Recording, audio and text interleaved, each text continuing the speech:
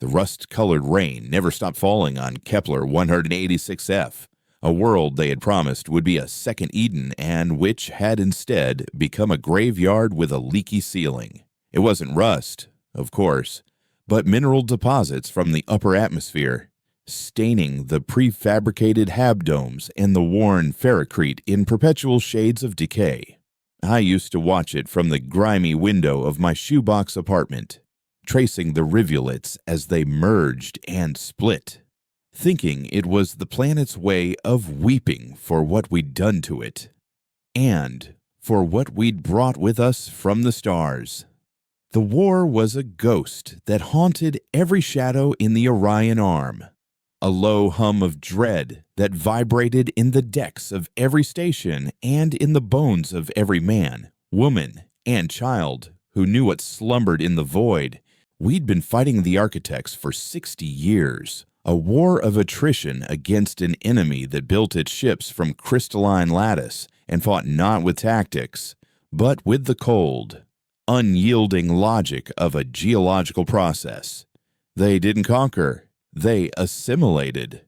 Planet by planet, they would arrive in silence, their fleets like shards of obsidian, and they would release the nanite swarms.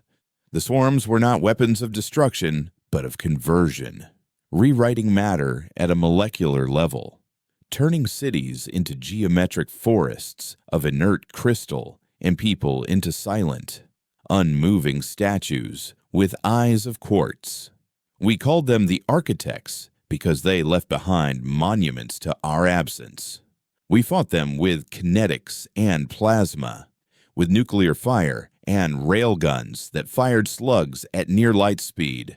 And for every ship we shattered into 1,000,000 glittering pieces, 2 more would emerge from the silent dark. We were losing, not in a blaze of glorious defeat, but through the slow, methodical erosion of hope. That was when they turned to men like me. I was a mancer, a word some marketing ghost back on Earth had cooked up to make what we did sound noble, even magical. The reality was far uglier. We piloted the chorus, a weapon that wasn't built in a shipyard but grown in a vat, a synaptic amplifier the size of a small moon, hidden away in the churning atmosphere of a gas giant. The chorus didn't fire missiles, it fired a thought, a single targeted concept broadcast across the quantum foam. And we, the Mancers, were the ones who had to shape it. The architects, for all their crystalline perfection, were a hive mind, a single consciousness distributed across billions of bodies. The chorus was designed to attack that unity. My job was to sit in a sensory deprivation tank, wired into the heart of the machine, and project an idea so alien to their collective that it would cause a schism, a cascading logic bomb that would sever entire fleets from their central consciousness. We didn't kill them, we orphaned them, turning their perfect, unified ships into derelict tombs adrift in the void. They called it a clean weapon. No explosions, no radiation, just silence. They were wrong. You can't touch a mind that vast without it touching you back. You can't scream into a god's brain and not have the echo carve a piece of you away. My last mission had been the siege of the Cygnus Wall. We were tasked with breaking their main offensive line, a fleet so large it was causing a measurable gravitational tide. I was the lead mancer, the tip of the spear. The concept we were tasked to project was solitude, a simple idea for us, for a being that had never known a single moment of individuality. It was poison. I remember diving into their consciousness, a sea of pure, silent thought, 1,000,000 billion voices humming in perfect harmony. It was serene, beautiful even, in a way that made my own singular mind feel like a shriek in a library. I found the central node, the conceptual anchor of the fleet, and I pushed. I showed them the image of a single being, alone, adrift in an infinite blackness with no one to hear its thoughts, no one to share its existence. I weaponized loneliness. At first, there was confusion, a ripple of cognitive dissonance. Then came the panic, a silent, psychic scream that felt like ice water flooding my own skull. The harmony shattered. The single voice became a billion shrieking, terrified individuals, each one suddenly, horrifically aware of its own isolation. Their ships went dark, their crystal hulls losing their inner light as the minds within collapsed into a catatonic state of pure terror. We had won. The Cygnus wall had been broken. But as I pulled my consciousness back, a fragment of theirs clung to me. I felt their fall, their descent into the abyss of self. It wasn't a memory. It was a scar on my soul, a cold spot in my mind that would never heal. In my dreams, I still heard them, not screaming anymore, but whispering. A billion lost voices asking why. I left the service after that, took a medical discharge for synaptic exhaustion, and buried myself here, at the ass end of the galaxy, where the rain was the only thing that fell from the sky. I worked as a gray market tech, fixing busted comms units and jury-rigging life support for prospectors too poor or too crooked to afford official repairs. The money was bad, the work was dirty, and no one knew my name. It was perfect. The past found me on a Tuesday. The rain was coming down harder than usual, and the air in my workshop smelled of ozone and stale synth coffee. They didn't knock. Two of them, a man and a woman, dressed in the severe black uniforms of the Mandate Intelligence Directorate. Their clothes were perfectly dry, repelling the rust-colored water with some high-grade hydrophobic coating that probably cost more than my entire apartment block. The woman was in charge. Her name was Eris Thorne, and she had the kind of eyes that didn't just look at you, but seemed to perform a diagnostic scan. "Elias Vance," she said, her voice as crisp and sterile as the air on a starship bridge. It wasn't a question. I didn't bother denying it. They wouldn't be here if they weren't sure. I just put down the micro soldering iron I was holding and leaned back in my chair, the worn synth leather groaning in protest. That name doesn't live here anymore. The man. A broad-shouldered brute with a jaw that looked like it was carved from granite, took a step forward. Thorne held up a hand, and he stopped. "The Mandate has a long memory," she said, her gaze sweeping over my workshop, taking in the clutter of spare parts, the flickering diagnostic screens, the half-eaten bowl of nutrient paste congealing on my workbench. Her expression was one of faint, clinical disgust. "We need you back." I laughed. A dry, humorless sound. "You must be desperate. The galaxy is full of mancers. Go find some fresh-faced kid with a high synaptic rating and a hero complex. I'm retired." Thorne's expression didn't change. "The fresh-faced kids are dying. Mr. Vance. The architects have adapted. They've developed a defense, a sort of cognitive shield. Our concepts are breaking against it, like waves against a cliff. The last 3 chorus missions have resulted in total failure. 12 Mancers are either dead or in permanent psychosis." She paused, letting the words hang in the damp air. "They're not just defending anymore. They're retaliating." She placed a small, flat data slate on my workbench, pushing aside a tangled mess of wires.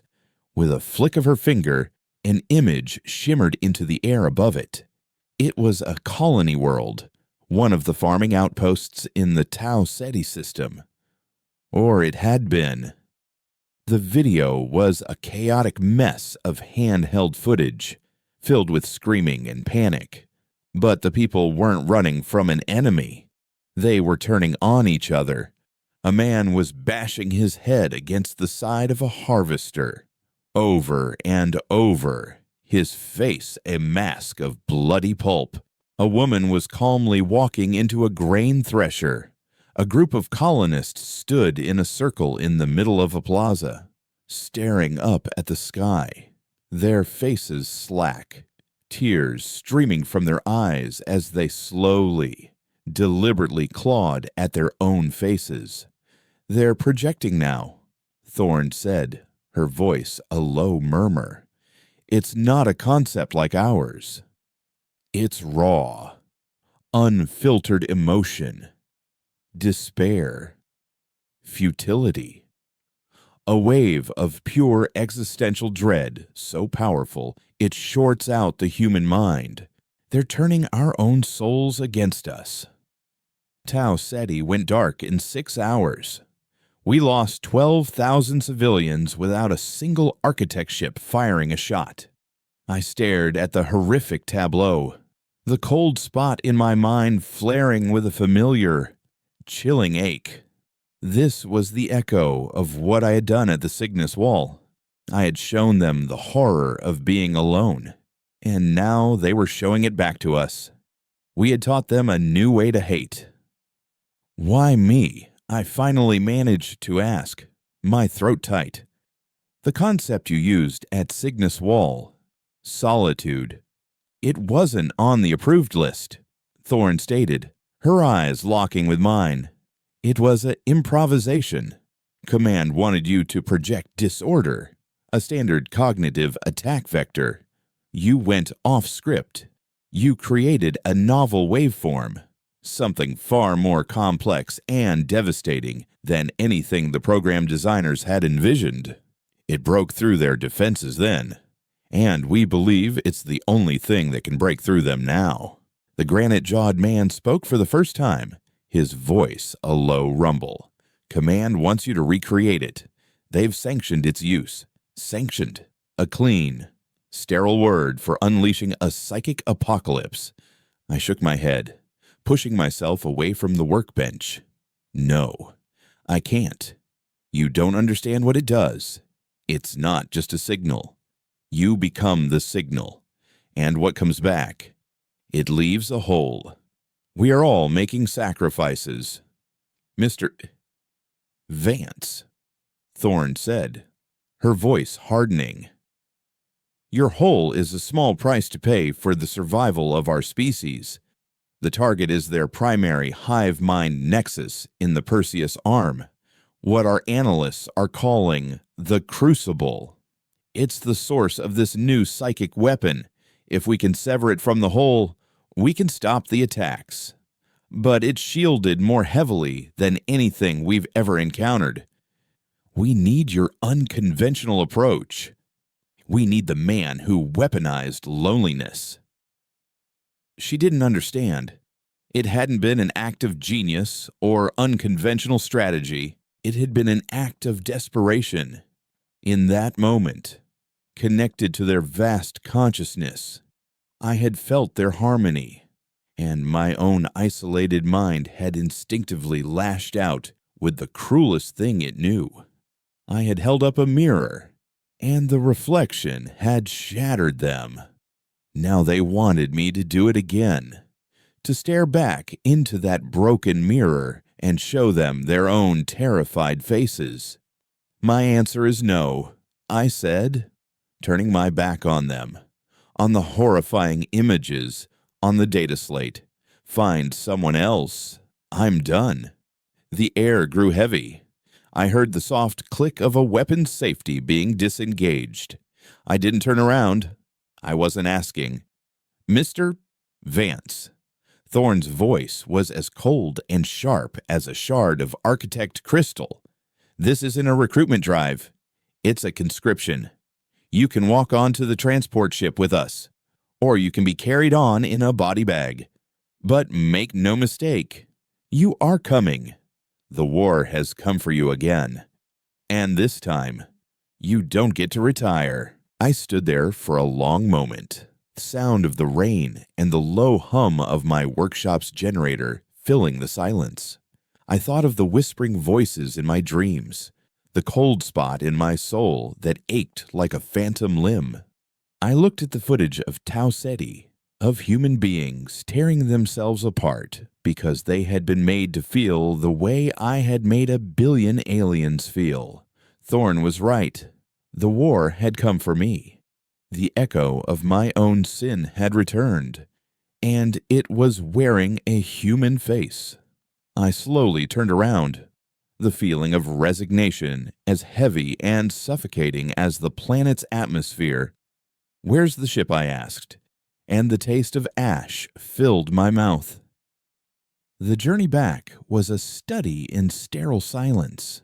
The ship, a Directorate stealth corvette called the Stiletto, was all sharp angles and matte black plating, a knife designed to slip between the ribs of the galaxy unnoticed. Inside, there was no chatter, no camaraderie, just the low, constant hum of the life support and the whisper of the inertial dampeners. I was a prisoner, not in chains, but in purpose. Thorn and her granite-jawed subordinate, Jorik, treated me like a volatile piece of ordnance they were transporting, speaking to me only when necessary, their words clipped and precise. They gave me a Spartan cabin with a cot that was too hard and a food dispenser that produced gray paste with the faintest hint of synthetic chicken. It was a step up from my apartment, which was the most depressing thought I'd had all week. For 3 days, I watched the starfield smear into hypnotic lines through the cabin's small viewport, the cold of the void seeping through the reinforced plasteel, a cold that felt intimately familiar. It was the same cold that lived in the scar the architects had left on my soul, a profound and absolute emptiness. I tried not to think about the crucible, about what they wanted me to do, but the thought was a splinter under a fingernail, impossible to ignore. I was being sent back to the place of my greatest trauma to commit an even greater atrocity. This wasn't a mission, it was a damnation, and I was being conscripted to be its high priest. The Stiletto never docked with a station. Instead, it descended into the roiling, multi-hued atmosphere of a gas giant named Typhon Primus. A world of perpetual storms and crushing gravity where no sane person would ever build a colony. But the mandate wasn't sane. It was desperate. Deep within the ammonia clouds, suspended by a gravity well of staggering power, was the facility they called Sanctum. It was the home of the Chorus Project, a place that officially didn't exist. As we slipped through layers of ochre and indigo gas, the station resolved itself out of the gloom, a web of interconnected domes and spines of dark metal, its lights a lonely constellation in the endless storm. It looked less like a military base and more like a monastery dedicated to a silent, unforgiving god. The air inside Sanctum was cold, filtered, and smelled of antiseptic and ozone. The corridors were dimly lit, the walls designed to absorb sound, and the few personnel I saw moved with a quiet, almost reverential purpose. They were the acolytes of this place, the technicians and scientists who tended to the living weapon at its heart. Their faces were pale and drawn, the look of people who worked too close to something that could unmake a mind. Thorn led me through the silent halls to the Mancer wing. "You'll be quartered here," she said, gesturing to a door that hissed open. "Your mission briefing is at 800 tomorrow. Familiarize yourself with the team." The team I had almost forgotten I wouldn't be doing this alone. A woman was waiting inside the small common area, leaning against a bulkhead, a steaming mug in her hands. She was older than me, maybe 50, with threads of silver in her dark, cropped hair and a network of fine lines around her eyes that spoke of sleepless nights and unfathomable stress. She wore the same gray Manser jumpsuit I'd been issued, and a thin, metallic collar was clasped around her neck, a neural dampener by the look of it, its indicator light a soft, pulsing blue. She looked me up and down, her gaze lingering on my face for a moment too long. "Elias Vance," she said, her voice raspy, tired. "I'm Lena. Welcome back to the meat grinder." I nodded, not knowing what to say. "They told me you were living in a slum on Kepler." She continued, taking a slow sip from her mug. "Guess the rumors were true. Can't say I blame you for trying to disappear." Before I could respond, a younger man entered the room from another corridor. He was the polar opposite of Lena, radiating an almost manic energy. He was sharp, handsome, with an arrogant set to his jaw and eyes that burned with the fervor of a true believer. He stopped when he saw me, and a slow, wolfish grin spread across his face. Well, the ghost of Cygnus. It's an honor." He practically spat the word. "I'm Call. I'll be running point on the projection with you." He circled me like a predator sizing up a rival. "I've read your files. All of them. The unredacted ones. That little improvisation you pulled. Sloppy. Uncontrolled. But effective. I'll give you that." Lena sighed, a cloud of weary vapor rising from her mug. "Kyle, leave him be. He just got here." Kyle ignored her, his eyes still locked on me. "I don't get it.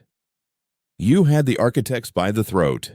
You could have ended it then and there, but you walked away. Got synaptic exhaustion. That's a coward's excuse." The anger that flared in my chest was hot and surprising.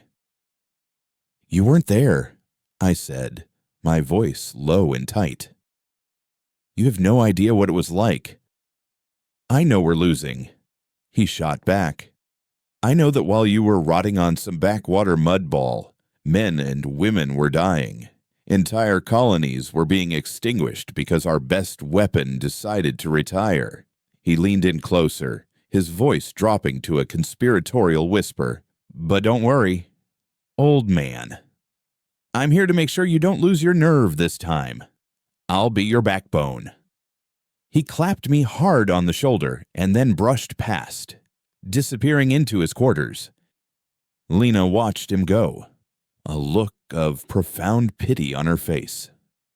"Don't mind him," she said softly.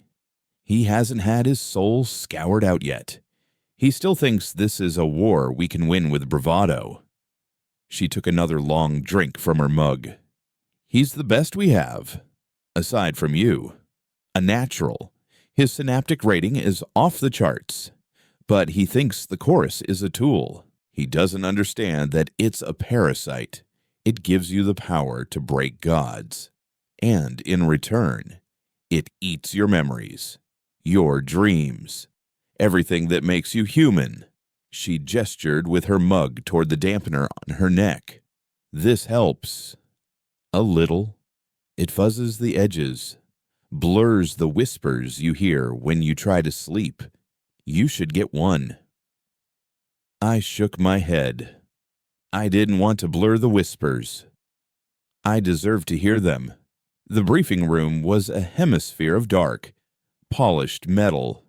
Thorne stood at a central podium, a holographic display shimmering behind her, showing a swirling, chaotic vortex of crystalline structures and raw energy.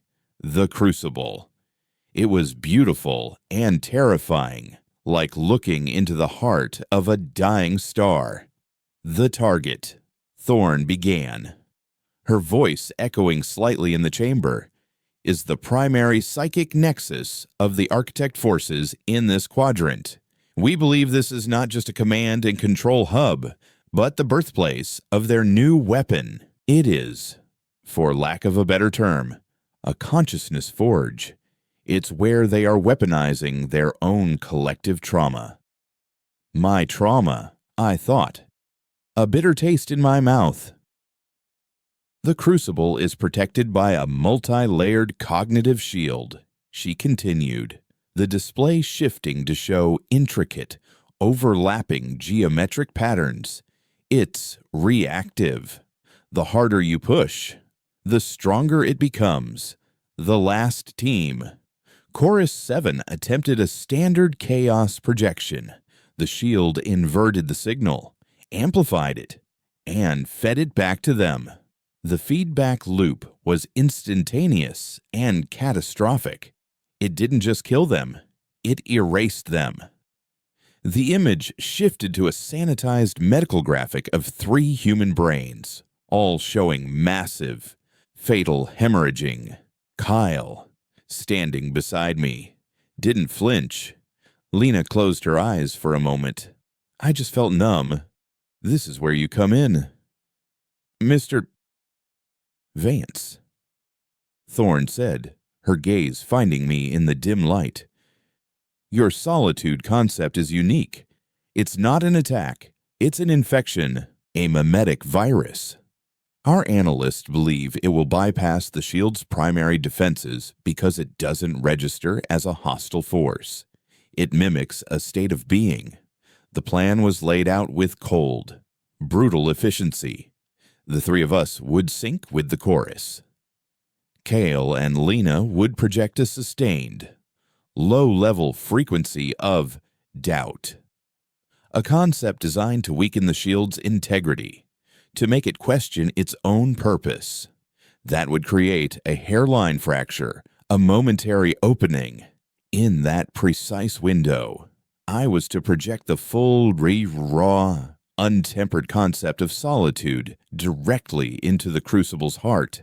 Once the nexus was orphaned, severed from the hive mind, it would collapse on itself, and the source of the despair wave would be silenced. Your margin for error is non-existent, Thorn concluded, her face a stone mask. If you are too early, your signal will be reflected back, and you will suffer the same fate as Chorus 7. If you are too late, the fracture will seal, and the mission will be a failure. The lives of everyone in the outer colonies depend on your timing and your resolve. Resolve. She made it sound so simple, as if I could just will myself to forget the feeling of a billion minds screaming in unison inside my own head. After the briefing, Lena took me to the heart of Sanctum, to the place I had been dreading more than any other, the chorus chamber. They called it the Cathedral, and the name was horribly apt. It was a vast, spherical cavern, the walls laced with glowing conduits and humming machinery. In the center, suspended in a translucent nutrient gel, was the chorus itself. It was the size of an asteroid, a bioluminescent, pulsating mass of neural tissue, a living brain grown in a tank, its surface shifting with slow, silent tides of light. It was the most magnificent and obscene thing humanity had ever created. Arranged around it, like satellites orbiting a planet, were the Mancer pods, sleek, black, coffin-like machines where we would lie, submerged in synaptic fluid, our minds wired directly into that monstrous brain. I felt a physical wave of nausea wash over me. The air was thick with a psychic hum, a low-level static that made the hairs on my arms stand up and the fillings in my teeth ache. It was the feeling of a mind too vast to comprehend, sleeping fitfully right in front of me. "It's grown since my time," I murmured, unable to tear my eyes away from the shifting lights on its surface. "It feeds on every mission," Lena said, her voice barely a whisper. "Every mind it touches. It keeps a peace, an echo. It remembers everything." She looked at me, her tired eyes filled with a strange kind of empathy. "Be careful in there, Elias. It remembers you most of all." That night, I couldn't sleep. I lay on the hard cot, staring at the ceiling, listening to the unending hum of the station. The whispers were louder here, closer to their source. The lost, terrified voices of the Cygnus fleet, a constant, faint chorus of why, why, why. But there was another voice tonight, something new. It was my own. It wasn't a memory, but a premonition, a quiet, chilling certainty that echoed from the future. It told me that the crucible wasn't just a consciousness forge. It was a mirror, and what I was about to show, it would not be forgotten or forgiven. The next morning, we stood before our pods, clad in the skin-tight, silver biosuits. Technicians swarmed around us, running final checks, their voices muffled and distant. Kale was vibrating with anticipation, a predatory gleam in his eyes. Lena was unnaturally calm, her face serene, the blue light of her dampener pulsing steadily. Thorn watched us from a glass-walled observation deck high above, a remote god overseeing a sacrifice. A tech helped me with my helmet, the seals hissing shut, and the world outside became muted. All I could hear was the sound of my own breathing, loud and ragged in my ears. I looked at the pod, my pod, its lid open like a waiting mouth. I was about to climb back into the abyss, the place where my soul had been fractured.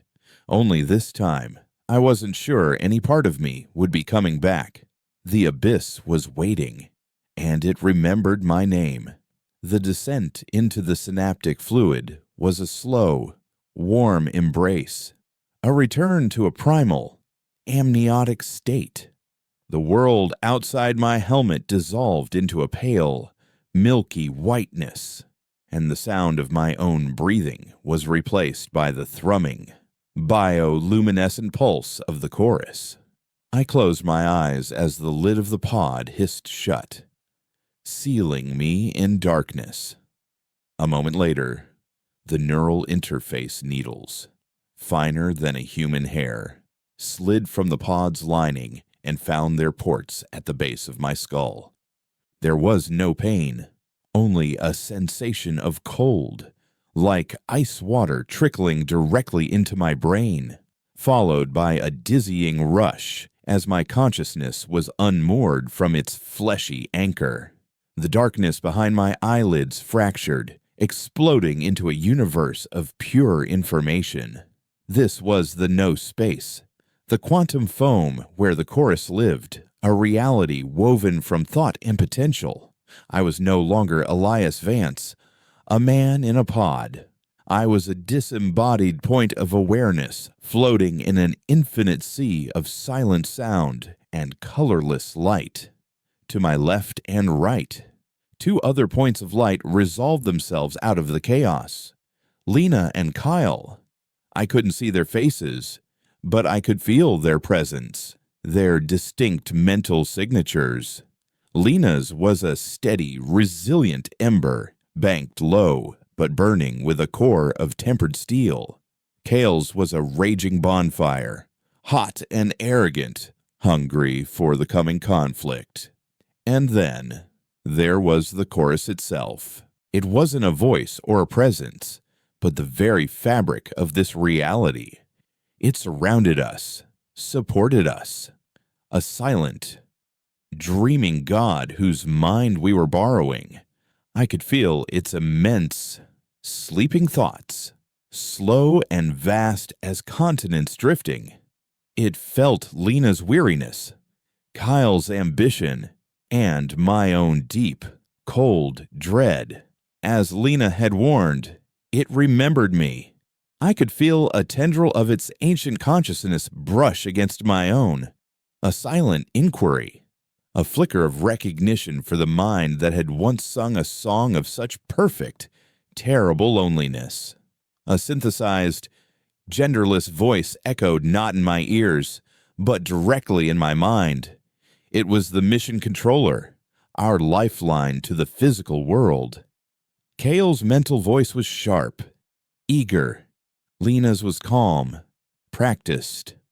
I hesitated for a fraction of a second, the tendril of the chorus's memory making the cold spot in my soul ache. I finally projected, the thought feeling like a lie. The infinite sea around us shifted. In the distance, a new structure began to form, a construct of pure thought built from the telemetry data being fed to the chorus.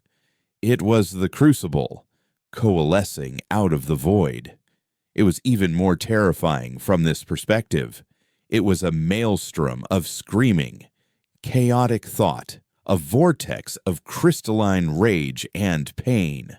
At its heart, I could feel the source of the despair wave, a singularity of pure, weaponized grief. And around it all was the shield, a perfect, multifaceted wall of absolute certainty. It didn't just block attacks, it radiated an aura of pure, unassailable logic. A psychic broadcast that screamed, "I am truth. All else is falsehood." The controller's voice commanded. Kale didn't hesitate. He launched his concept like a spear. Doubt. It wasn't a complex thought, but a simple, insidious question. What if you're wrong? Lena's projection was more subtle, a gentle, pervasive mist of the same concept, designed to seep into the cracks Kale's brute force attack would create. I watched as their combined thought form, a shimmering wave of corrosive uncertainty, struck the shield. The impact was silent but immense. The shield flared with a blinding, white light of pure intellectual fury. It didn't crack. It didn't even ripple. It simply absorbed their attack. And, for a terrifying moment, I felt it begin to invert the signal, to turn their doubt back on them. I felt a flicker of Kale's own deeply buried self-doubt, a flash of Lena's bone-deep weariness, and the question she asked herself every night. What if this is all for nothing? Hold the line, I projected. My own thought, a desperate shout. Don't let it in. They rallied. Lena firmed up her projection, her steady resolve acting as a bulwark, while Kale, his arrogance momentarily shaken, doubled down, pouring more of his raw psychic energy into the attack. The shield pulsed, holding steady, but I could feel the faintest tremor in its perfect logic. The concept of doubt was beginning to resonate. It wasn't breaking through, but it was making the shield think, forcing it to defend its own existence. And in that act of defense, it was consuming vast amounts of energy. It was working. All we had to do was hold on long enough for a flaw to appear. Minutes stretched into what felt like eternities. The strain was immense. Projecting a single, sustained concept with perfect clarity is like holding a single, pure note with your voice for hours. The mind tires. It wavers. And any wavering is a weakness the shield can exploit. I could feel Kyle's projection starting to fray at the edges, his doubt becoming tinged with his own frustration and anger. Lena was a rock, but even rocks are worn down by a relentless tide, the controller's voice warned, laced with a new urgency. It's not there yet, I projected back, frantically scanning the surface of the shield, looking for any sign of weakness. The shield was a perfect sphere of logic, but my time touching the architect mind had taught me something fundamental about them. Their strength was also their greatest weakness. Their unity of purpose. Their perfect logic. It had no room for paradox. That's when I saw it. It wasn't a crack or a fissure. It was a flicker. For a nanosecond, a single point on the shield's surface wavered, its logical certainty faltering as it struggled to process the dual-pronged, paradoxical nature of the doubt attack. It was like a single computational stutter in an infinitely complex equation. It was my chance. I didn't think. I didn't plan. I reached deep into myself, into the cold, scarred place where the whispers lived. I didn't just remember the feeling of solitude. I became it. I gathered every moment of my own isolation, the lonely nights on Kepler, the silence of the stiletto's cabin, the moment of my brother's death on a forgotten moon when I had been a universe away, and I wove it into a single, perfect, razor-sharp thought. It was the concept of an existence so utterly and completely alone that the rest of the universe might as well not exist. It was the terror of being the last thought at the end of time. I hurled it at the flicker. My concept didn't hit the shield. It slipped through it like a ghost passing through a wall. For a moment, nothing happened. Then, the heart of the crucible, the singularity of weaponized grief, went silent. The raging storm of emotion stilled. I had a horrifying, triumphant thought. It worked. And then the crucible looked at me. It wasn't a physical action, but I felt its full, undivided attention snap onto my consciousness. It had been focused outward, projecting its despair across the stars. Now, it was focused inward, on the alien thought that had just pierced its heart. It examined my concept of solitude not with panic, as the Cygnus fleet had, but with a cold, ancient curiosity. And then, it did something I never could have anticipated. It spoke. A voice echoed through my mind. It was not a single voice, but a chorus of billions. The same voices I heard in my dreams, but they weren't whispering in terror anymore. They were speaking in unison, with a clarity that was terrifying. My blood ran cold. A psychosomatic reaction from a body I couldn't even feel. This wasn't a mindless nexus. It was a library, a memorial. It was the Gestalt consciousness of every architect mind I had shattered at the Cygnus wall. They hadn't died or gone insane. They had been severed, and in their shared solitude, they had evolved into something new, something that remembered its creator. The voice continued, a chilling calm in its tone. The world of thought erupted, a wave of pure, concentrated solitude, refined and perfected over years of silent contemplation, slammed into my mind. It was not the simple, primal fear I had projected. This was a philosophical abyss, a state of isolation so profound and absolute that it erased the very concept of other. My connection to Lena and Call snapped. My lifeline to the mission controller, the chorus. The entire human race vanished. I was utterly, completely alone, adrift in an infinite, featureless void. There was no up, no down, no past, no future. There was only the crushing, suffocating weight of my own singular consciousness. My mind screamed, but there was no one to hear it, not even myself. The scream was just another thought, lost in the silent emptiness. This was the true weapon of the crucible, not despair, but erasure. It didn't make you want to die. It made you forget you had ever been alive. Panic gave way to a strange, terrifying peace. My memories began to fade, the edges blurring like watercolor in the rain. My name, My past, the face of my brother, the feel of Kepler's rusty rain. It was all becoming distant, irrelevant noise.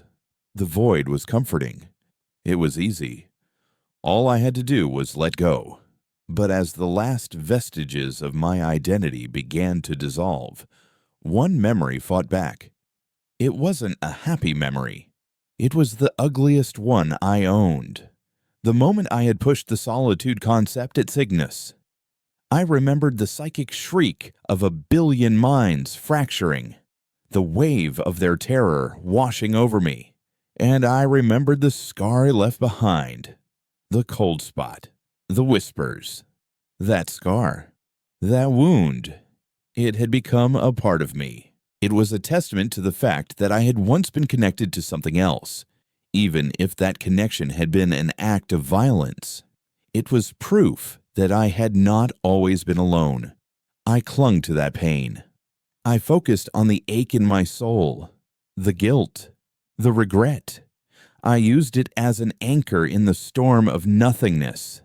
The whispers of the Cygnus fleet, the ghosts that had haunted my dreams, they were my only companions in the void. And in that moment, I understood. The Crucible hadn't just built a weapon from my concept. It had built a prison, and it had just locked me inside. I didn't know if Lena and Kyle were alive. I didn't know if the mission had succeeded or failed. All I knew was the profound, unending silence of the void and the faint, ghostly whispers of the minds I had broken. My only proof that a world outside my own head had ever existed at all. The battle wasn't over. It had just moved to a new, more terrifying battlefield, the landscape of my own soul. And I was losing. Time ceased to have meaning in the silent void. Seconds could have been centuries. The only constant was the oppressive weight of absolute solitude, a pressure that threatened to crush the last embers of my identity into dust. The memories I clung to were becoming frayed, thin things. The faces of Lena and Kale, Thorne's severe expression, the rust-colored rain of Kepler. They were like photographs left too long in the sun, fading to ghosts. The Crucible's trap was perfect. It didn't kill the mind.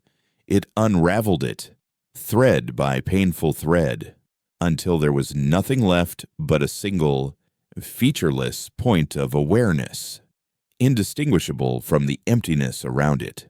But the scar in my soul, the psychic wound from the Cygnus mission, held firm.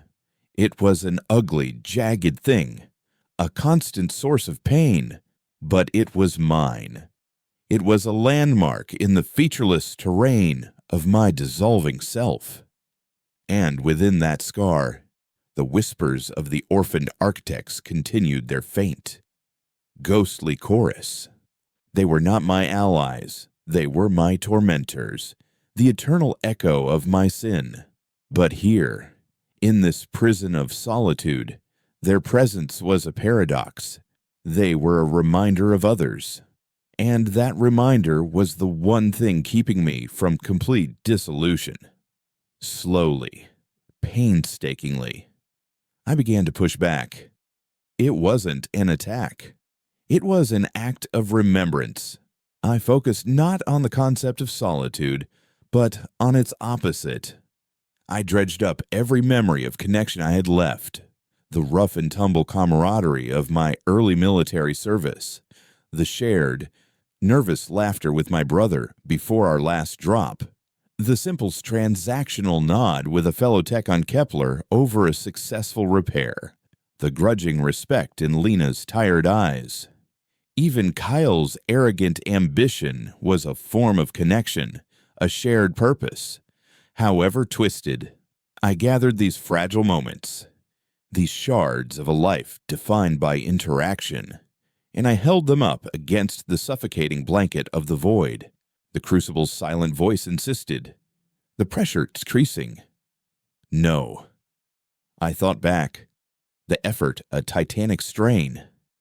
My counterthought was not a shout, but a whisper, fragile and defiant.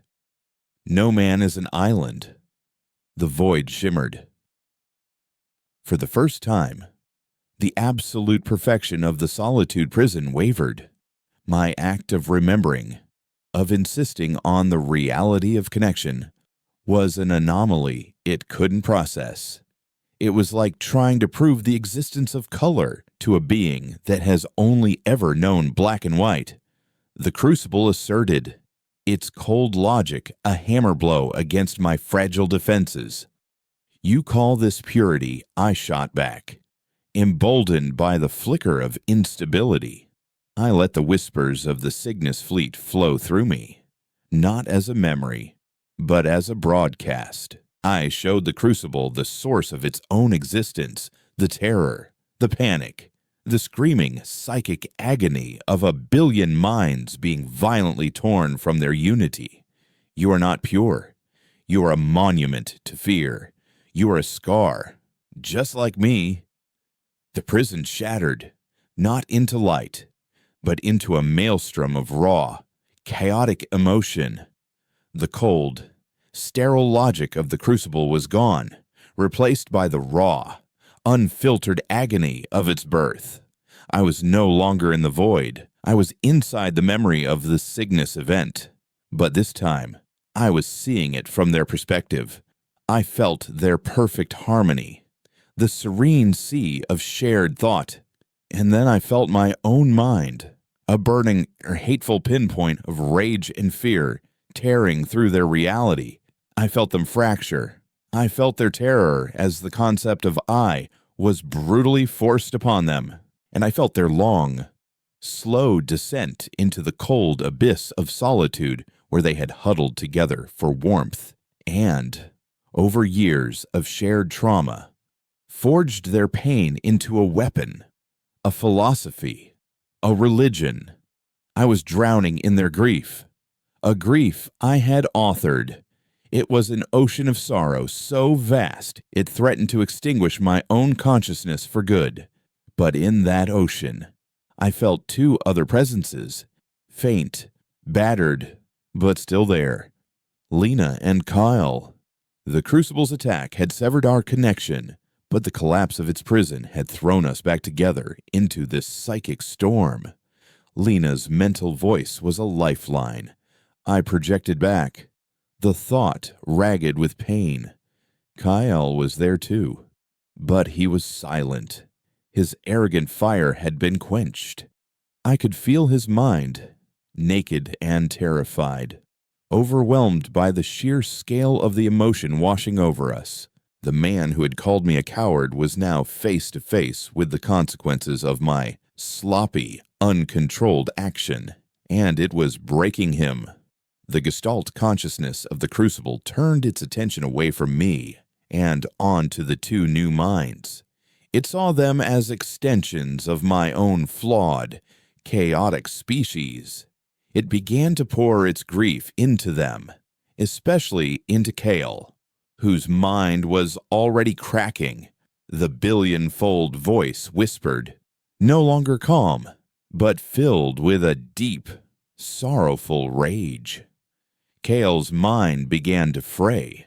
The image of the colonists on Tau Ceti clawing their own faces flashing through his consciousness. He was experiencing the despair wave firsthand. From its source, I felt his terror, his regret, his dawning, horrific understanding that the war he'd been so eager to fight was built on a foundation of unimaginable suffering. Lena, we have to pull him back, I shouted in the no space. She replied, her own mind straining under the psychic load. I knew she was right. We couldn't fight an ocean, but maybe we didn't have to. The Crucible wasn't attacking us with logic anymore. It was attacking us with its pain. And pain was a language I understood. I turned my attention away from defending and did the last thing the Crucible would expect. I reached out to it, not with a weapon, not with a concept, but with an offering. I opened the scar in my soul. I let it see everything, I showed it the cold barracks on forgotten worlds, the fear in the eyes of young soldiers. I showed it the memory of my brother bleeding out in the alien dust. His last words, a confused whisper of my name. I showed it the endless, rust-colored rain on Kepler, a symbol of a promise broken, of a paradise turned into a purgatory. I showed it the hollowed-out ache of my own loneliness, a solitude that existed long before I ever touched the architect mind. I didn't just show it my pain, I showed it the source of my pain. You think you are the only ones who have lost something I projected, the thought raw and bleeding. You lost your unity. We are born without it. We spend our entire lives searching for it, in love, in friendship, in purpose. We build and we break and we hurt and we heal. And most of the time, we fail. Our entire existence is a struggle against the solitude you embrace. You think your pain is a weapon. Our pain is what makes us human. My thoughts wrapped around the crucible's raging grief. Not to smother it, but to acknowledge it. It was an act of radical, desperate empathy. For a moment, the psychic storm intensified, as if my admission was an insult. But then, something shifted. The rage in its voice lessened, replaced by a profound, ancient confusion. The voice asked, the billion voices for the first time sounding not like a chorus, but like a crowd of lost and wondering individuals. Yes, I answered, the admission a weight off my own soul, and we still choose to build. We still choose to connect, even when we know it will break our hearts. The storm began to subside. The ocean of grief did not disappear, but its violent waves calmed into a deep, sorrowful tide. The pressure on Lena and Kyle eased. I felt Kyle's mind, shattered but whole, pull back from the brink. The crucible was no longer attacking. It was listening. In that moment of quiet, I felt a new presence. It wasn't human, and it wasn't the crucible. It was the chorus, the great, silent, dreaming God we were tethered to had been a passive observer until now. But my exchange with the crucible, this raw, unfiltered flow of memory and emotion, had awakened something in it. It had been grown in a vat, a living tool of war, but it was still a mind, and it was learning, a vast, curious, and utterly alien intelligence brushed against both my mind and the mind of the crucible. It tasted our shared pain, our mutual solitude, our desperate, failed attempts at connection. And then the chorus began to sing. It was not a song of concepts or weapons. It was a song of pure being, a melody woven from the quiet, dreaming thoughts of its own vast, lonely existence. It sang of the endless silence of the void, of the slow, patient dance of gravity and light. It was a song that held no anger, no grief, no judgment. It was a song of pure, unadulterated is. The effect was profound. The sorrowful tide of the crucible's mind grew still, mesmerized by this new alien perspective. For the first time, it was hearing a thought that was not its own, and not that of its tormentors. It was hearing a third way. Lena's voice, faint and exhausted, broke the spell. She was right. The objective was to sever the nexus, to destroy the crucible. But how could I? I had looked into the heart of my enemy and found a reflection of my own brokenness. To destroy them now would be to destroy a part of myself, to cauterize a wound that was just beginning to be understood. I projected, hoping the line was still open. Silence. Then, Thorne's voice, cold and sharp as ever, cut through the connection. I looked at the crucible, now quiet and listening to the chorus's strange, beautiful song. I felt its confusion, its pain, its nascent curiosity. And I looked at the memory of Thorn's face, her cold certainty, her belief that any price was worth paying for humanity's survival. She was wrong. Some prices cost you your soul. I had paid that price once before. I would not pay it again. I projected back, my voice clear and steady for the first time since I'd entered the pod, and with a single, decisive thought, I severed our connection to Sanctum.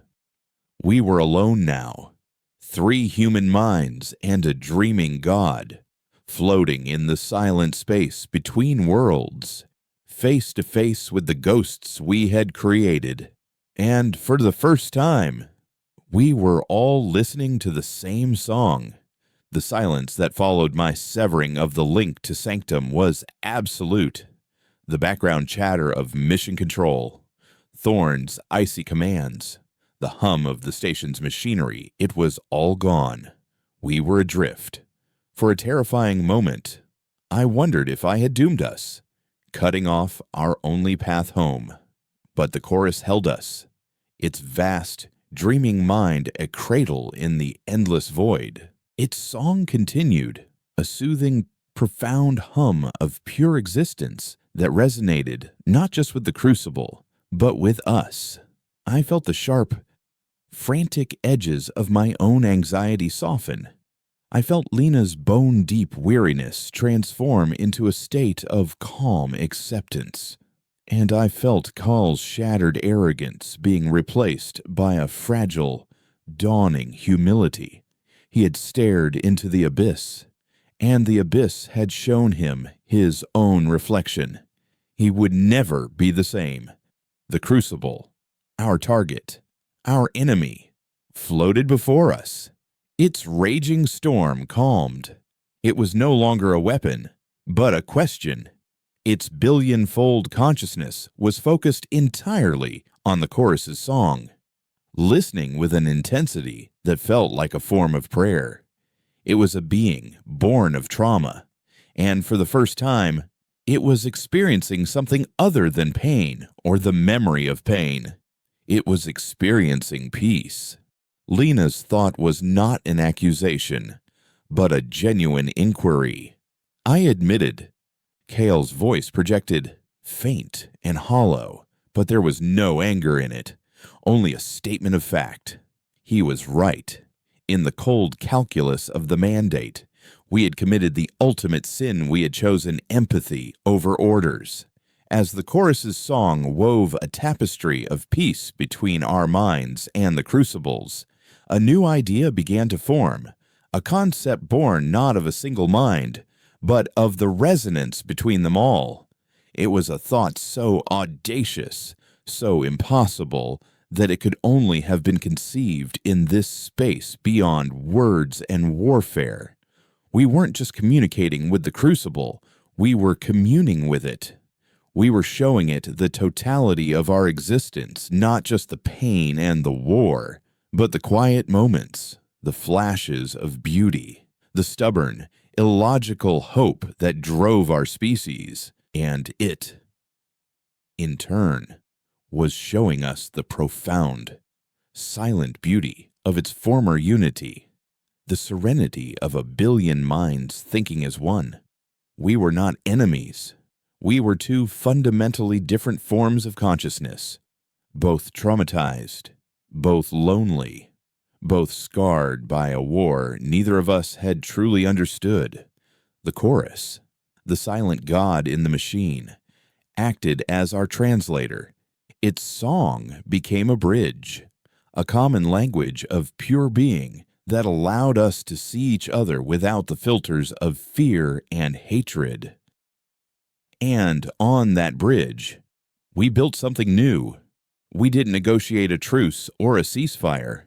Such concepts were meaningless here. Instead, we reached an understanding. We showed the Crucible that its weaponized grief was destroying us, and it showed us that our weaponized solitude had created it. We were locked in a feedback loop of mutual destruction, a cycle of pain begetting pain. The only way to win was to stop playing the game. With a final, unified thought, we projected a new concept toward the Crucible. It wasn't an attack or an infection. It was an invitation. Harmony. Not the perfect, mindless unity it had lost, but a new kind. A harmony born of understanding and acceptance of difference. A harmony where individuals could coexist without surrendering their identities. The Crucible received the concept. It examined it, turned it over, and for a long, silent moment, did nothing. Then, slowly, tentatively, it began to change. The roiling chaos at its heart began to coalesce.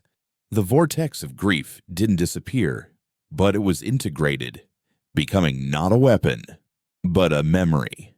A new light began to glow within its crystalline structure, a soft, warm luminescence that was neither human nor architect, but something entirely new.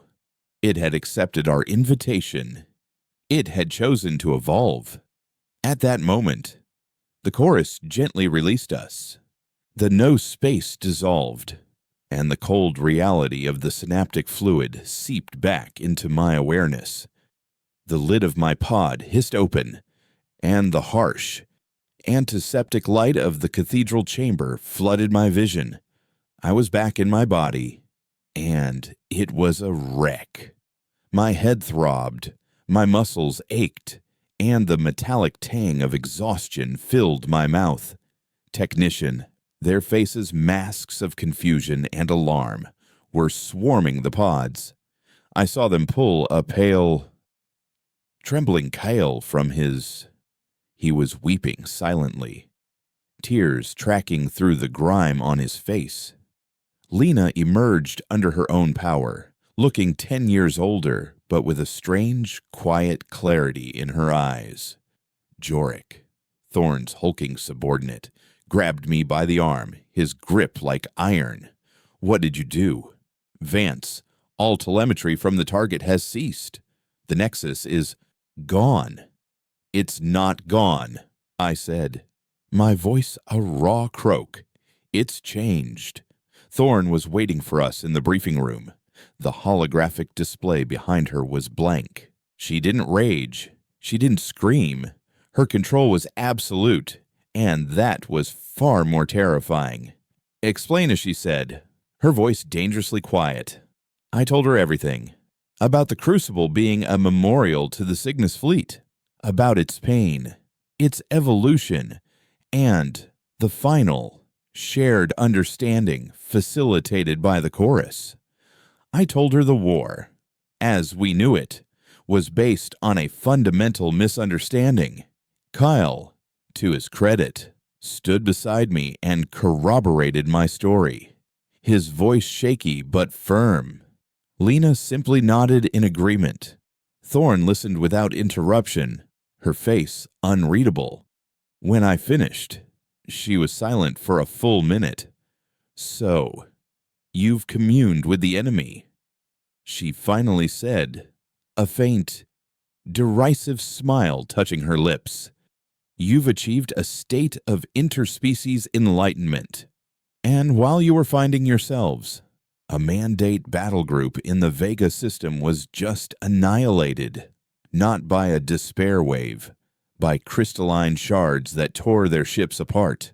The war, Mr. Vance, is not over. You have not brought peace.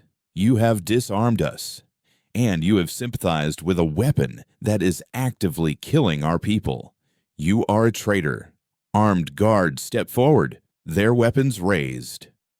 But before they could seize us, an alarm blared through the station, a frantic, piercing shriek. A technician's panicked voice crackled over the intercom. unidentified fleet emerging from FTL at the system's edge, architect signatures. But they're different. They're not attacking. They're broadcasting on the main holographic display.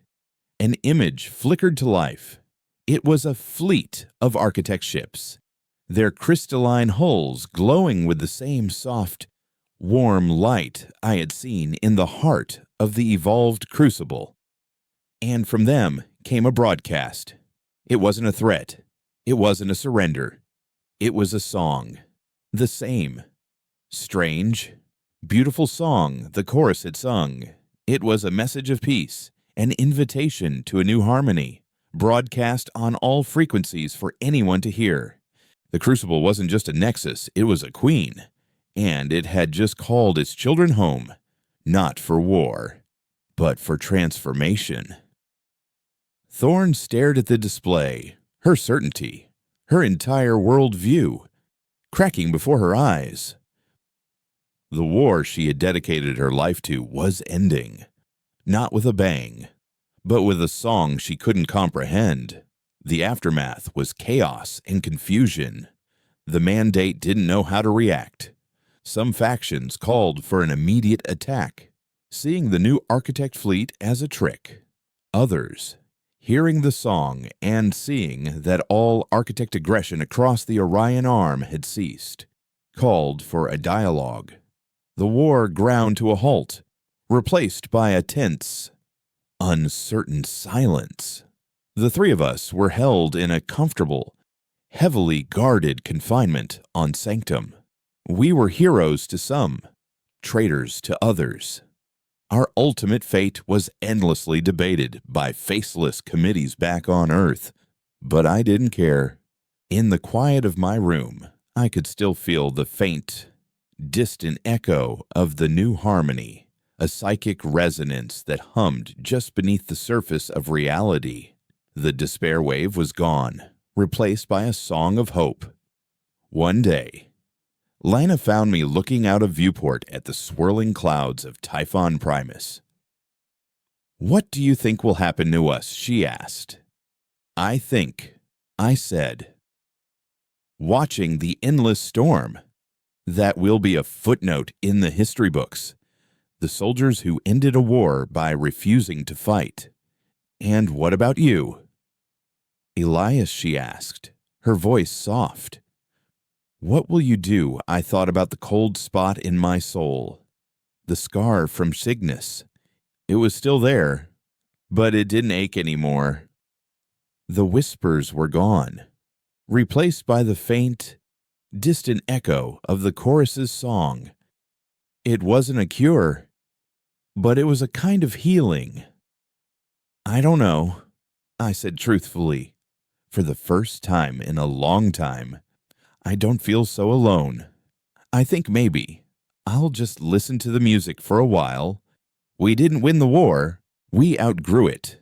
Humanity and the architects, now calling themselves the Singers, began a slow, cautious dialogue. Two former enemies learning to speak a new language. The future was uncertain, fragile, and full of questions. But it was a future, and for a man who had made a living by weaponizing loneliness. The harmony of that new, shared silence was the only victory that ever truly mattered. The rust-colored rain might still be falling on Kepler, but for the first time, I felt the warmth of a sun I couldn't see, a promise not of paradise, but of a morning after a long, dark night, and it was enough.